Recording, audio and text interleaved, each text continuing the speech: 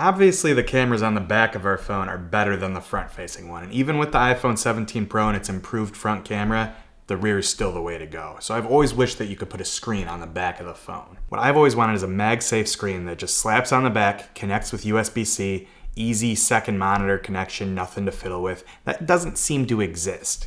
Kinda, sorta. Now it almost does. There have been these MagSafe screens that you could slap on, and they're not actually MagSafe. There's a MagSafe case, and it goes in the little case, and then you use wireless screen mirroring to kind of make that work. It's not great. The picture quality is poor. It's a pain to use. I returned that so fast. That was not worth it. So when I saw this pop up, this caught my eye. This is the Selfix Case. We're going to unbox it, demo it here. I'm going to go use it today. I'll come back and tell you what I thought. I opted for the black one. There's also a pink and a white one. And they make this for just the iPhone 17 series, just the Pro series, I think. So you can get one for the Pro or the Pro Max. I'm hoping the size of the iPhone 18 Pro is similar enough that I don't have to get a new one of these, but that may well happen, given that's just 3 months from now. Here's the case itself. There's the screen on the outside. Inside, there's these instructions in there that tell you how to put it on your phone.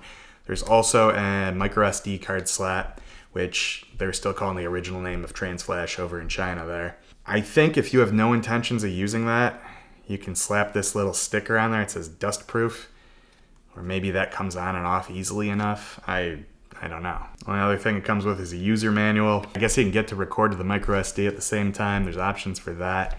Let me give this a shot. They stress that you should not be putting this in at an angle. At least avoid that as much as possible. Ta-da. As a guy who doesn't use a case, this is a little bulky. I normally just slap this on, and obviously oh, look at that! I can still use this with it. The MagSafe still goes through. Hey. Okay. Cool. I don't know that I want my leather wallet always rubbing up on it, but yeah, why not? Okay. So that's how it looks on the back of my orange one. Got buttons on the side for the iPhone button, whatever we're calling that now, side button, lock button, camera slider button, your other 3 volume and function, whatever we call that, action button. And then there's the button to power on the case. So, accessory connected, unlock iPhone to use accessories. There it is. It's just mirroring my screen. Interesting. It says it's a touch screen. I can't control the main phone from it. You have to enable assistive touch on your iPhone to use that. Sure enough, once it's on, I can slide through the phone right from here. Slick. Alright, I just cut a ton of footage of this. I was having issues getting this to work. The camera was freezing. I don't know if that was on my phone or the case, but I did a hard reboot of the phone. We're good now, supposedly. If I open the camera, I was just reading some comments on the actual Kickstarter page for this. Remember, this was a Kickstarter item. I'm not entirely sure why, because most of the money was fake and thrown at it by the company, because there were barely any orders, but they still had over like $20,000, you know? Make that make sense. Now it's $100 from their website if you want one. And now, there's me. Hard to show you, I don't want to, well, there's my camera. There's that. So that seems to be working. And I can hit record and it's still working. Now the question is, let's put the assistive touch back on. But I've started recording. I can tap to focus where I want to focus on the screen here. Kind of neat. And if I'm just taking a selfie, that's easy enough. And you can still kind of touch the 2x zoom. It's not multi-touch, so I can't zoom in and out with this screen. You gotta rely on the 0.5 or the 1x. Cool. Supposedly the battery drains pretty hard on this, so you want to turn it off when you're not using it. I'm gonna fully charge this. I'm gonna go around town and film today and see how it turns out. One last thing before I go off for the day here. I did the pre-order thing where for like $1 you got the magnetic ring. I don't entirely understand the purpose of this.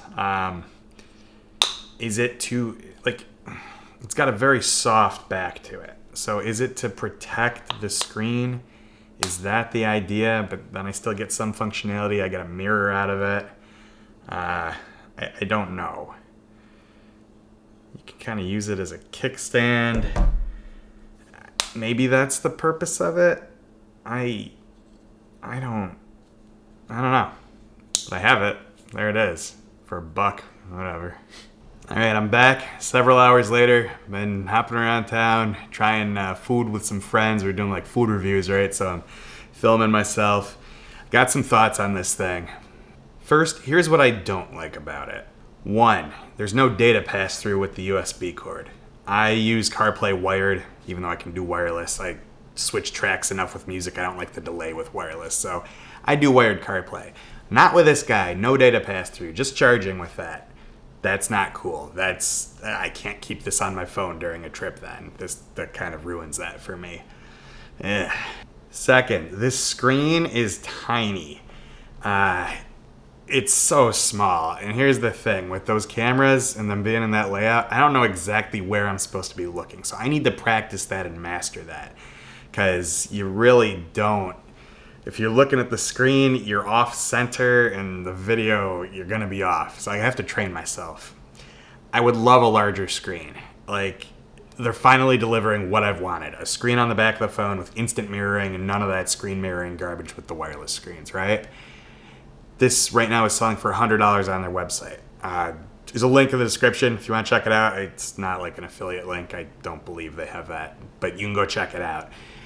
I would pay another $100. I'd pay double what it costs to get this to fill the whole dang back of the phone. That would be game changing. I'd pay $150 if it truly filled the whole thing. That would do it for me. Something I don't like but can tolerate because that's just going to come with this, and it is what it is. This case is so bulky. That's why I'd rather have just the screen that slaps on and cables in. But this thing is thick, and I usually use the phone naked, so anything's going to feel a little thick to me anyways. But it's bulky. Especially when you do what I do and slap your wallet on the back. That's different. If it had the data pass through, I could get over this more. Like, that's killer for me. I can't use this in the car. I have to take it off. At some point, that's going to wear down on this connection that they... Check this out. When you shut the case off, it warns you how to take it out. That means they know in testing that they've broken some of these cases. They know how easily it gets damaged. I'm hoping I don't find out how easily it gets damaged. But so far, so good today. But that's what I dislike. I love how quick it is. It just works. The screen just shows you what's going on. I had touch disabled, but you saw, you can turn that on too.